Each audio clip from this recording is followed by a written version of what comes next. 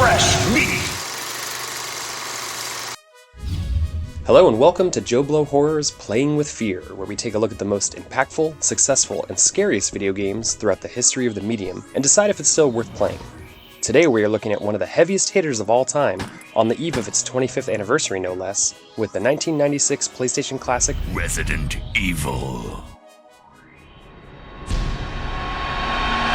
The survival horror genre did not begin with Resident Evil, just as the first-person shooter wasn't born with Doom.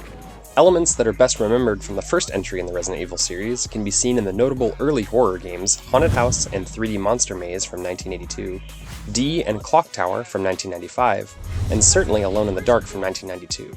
The latter is important enough to warrant its own video in this series down the road, so I won't go into detail here. The real genesis to Resident Evil is the Famicom title Sweet Home, which is actually a licensed title based on the Japanese film of the same name.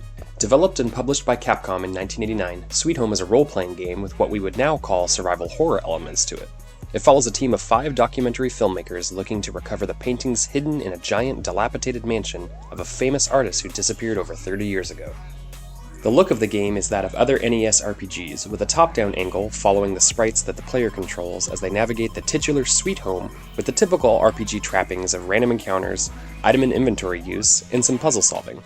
Each of the 5 characters has a specific item to use, and if they die, you'll have to pick up their item to help the rest of the party, because once a character dies, they are permanently gone throughout that playthrough. All in all, it is a really fun and unexpected time. While it only released in Japan on the Famicom, there are plenty of English translation patches to find on the internet. Check it out if you're into that type of gameplay or want to experience a different side of horror gaming history. But why give so much YouTube real estate to Sweet Home instead of the other games listed above, you ask?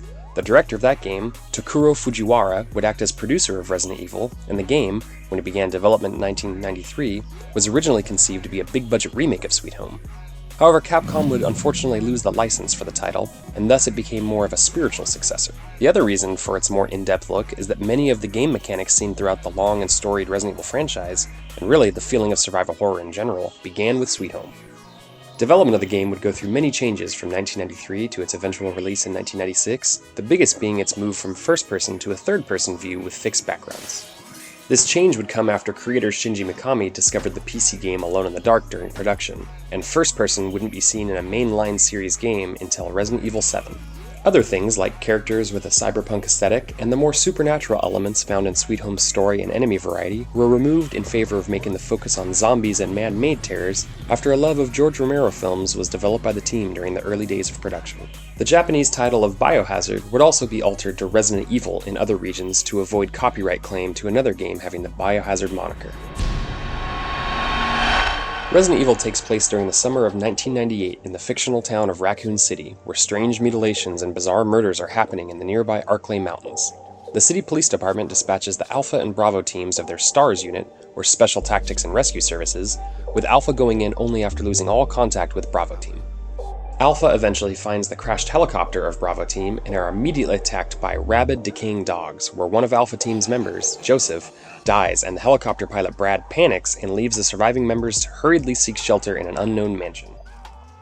This opening story, as well as whatever ending the player gets, is shown through a wonderfully cheesy live-action video, including a mid-90s direct-to-video movie credits scene.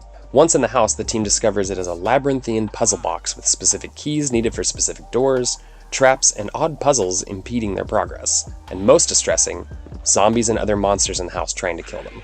Through journals and files found throughout the house, our heroes find that the mansion is owned by the pharmaceutical giant Umbrella Corporation, and used as a base of operations for their workers in their lab. The surviving STARS members Chris, Jill, Barry, and Wesker of the Alpha team, and Rebecca of the Bravo team work their way through the mansion, the guardhouse, an underground cave system, and finally the secret underground laboratory. Throughout their journey, they learn the fates of the other Bravo team members, and that Umbrella has been conducting illegal and unethical experiments that ultimately cause the events of the entire story. Unfortunately, at the end of their ordeal, they also discover that they were betrayed from the start from Captain of STARS Albert Wesker, who is actually a high-ranking member of Umbrella, and that everything that has happened up to this point was organized by him. Wesker unleashes the ultimate bioweapon known as Tyrant, which immediately kills him, and then turns its sights on Chris and Jill. After setting the lab's self-destruction sequence and defeating the tyrant monster, Chris, Jill, Barry, and Rebecca are picked up in a helicopter by Alpha pilot Brad and escape the lab and the mansion just as they are engulfed by a massive explosion, as another live-action ending takes the game into its credits. The player begins by either choosing Chris Redfield or Jill Valentine, both major players throughout the entirety of the Resident Evil franchise, as their player characters and begin their journey. While the main story is the same, there are a bunch of minor tweaks in the way the characters get through the game, with Jill acting as a sort of beginner mode. She starts with a gun instead of just a knife, 8 inventory slots instead of 6, and comes with a permanent lockpick, as the master of unlocking, that can open doors and locked cabinets rather than needing to find small keys that take up precious inventory slots. Chris does have more health, but he also has a partner character in Rebecca that isn't as useful or helpful as Barry is for Jill, and does not get access to the grenade launcher, one of the game's most powerful and versatile weapons. Players start in the main hall of the house and are given the chance to figure out how the controls move their character, which if you can master, congratulations, you're officially certified to drive a tank. The view is locked in the third person, and the main goal is to find your team and find a way out. With limited inventory space that is used to house ammo, guns, recovery items, and any of the various keys and puzzle items used to make progress in the game, the developers came up with various item boxes that can hold anything to save for later. This adds strategy and tension to the game as the player needs to decide what is most important in the here and now while keeping a mental note of what they can come back for. The player's health is monitored by a colorized EKG, ranging from green, that means the character is perfectly healthy, all the way down to red, showing you are not long for this world. In addition to the monitor and the pause menu, the player character would hold their side or even limp when they take too much damage, showing that they need assistance by using either the green herb items or the first aid sprays scattered throughout the game. These health items need to be rationed and used carefully like ammo, as they are not in unlimited supply throughout the game. In terms of opposition, Chris and Jill will run into zombies, killer crows, zombie dogs, hulking green mutations called hunters, giant spiders, and the nightmare that is the Chimera. Spaced out between progression points in the various locations are bosses. These include a giant poisonous snake, twice, a murderous overgrown plant, a spider that would make Australia blush, and the genetic superweapon tyrant. All of the enemies and bosses have different attributes and are weak to certain attacks the player has, again adding strategy to saving types of ammunition and healing items. The final major gameplay aspect is saving your progress. In most games at the time, you would either save after completion of levels with either a password or a save file, or in most PC games, the player could save whenever they'd like.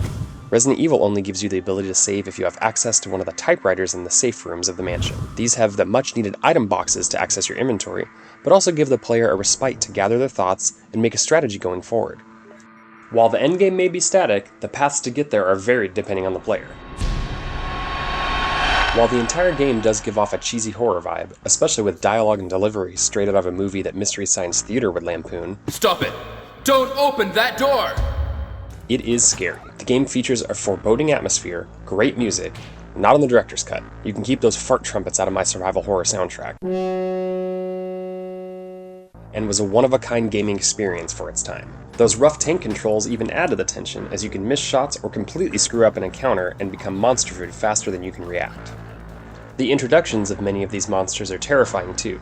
The first zombie you encounter is feasting on your former teammate, and when it turns to you, it immediately attacks. No reasoning or thinking, it is simply a fight or flight situation. The dog introduction is one of the best jump scares in video game history, and the hunter introduction is out of nowhere and unlike anything else you see in the game.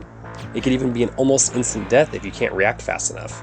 My personal favorite, and one I still get creeped out by, is when you have the Chimera coming at you from the ceiling when you enter a lab room. Even though the bosses are few and far between, they come at perfect moments in the story and have excellent execution. The giant snake can trap you, poison you, or swallow you whole while you try to fight it in a blocked, constrained attic arena, symbolic of how it can tightly coil around you. Plant 42 can be defeated with brute force, or you can destroy the roots and make it a much easier battle. The giant spider is in its horrific nest at the end of the caves and will give anyone arachnophobia when facing it, while the tyrant is an abomination that is like if the Terminator was overtaken by the Thing. The best way the game frightens you, however, is how lived in it feels. The diary entries and notes you find throughout the house tell you of the terror you didn't see, and make these creatures more than zombies. They are former researchers and scientists with names and backstories. Sometimes you even read about their downfall before engaging their reanimated remains. It gives you much more to think about as you put them down. These files also build up the boss creatures as indestructible killing machines, or maybe just hint at what may be waiting for you in the dark corners of the game.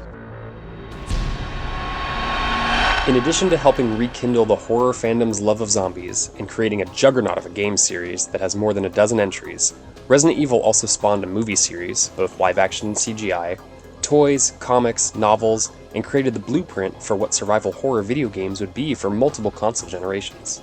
It was a financial and critical success, and much like first-person shooters became Doom clones after id Software's revolutionary title launched in 1993, there was an exponential influx of third-person survival horror titles. Some great like Konami's Silent Hill and Capcom's own Dino Crisis, and some dreck like Overblood and Countdown Vampires. The real merging of Resident Evil with its spiritual precursor Sweet Home would happen with Parasite Eve, which takes the look of Resident Evil, but mixes in all of the RPG elements from the Famicom older sibling. While the 2002 remake is objectively the best way to experience the first Resident Evil, as it improves nearly every facet, the original from 1996 is still worth revisiting to see where it all began, and how the evolution of the horror game jumped leaps and bounds.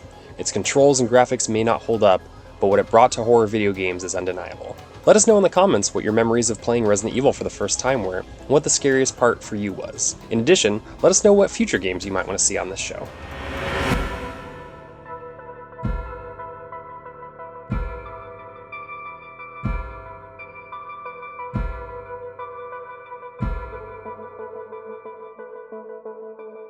Thanks for watching. If you like what you see, please subscribe to our JOBLO Horror Videos channel, tell your friends who like this sort of content, and hit that bell to receive notifications for all of our latest videos. We're an independent company and we appreciate all your support.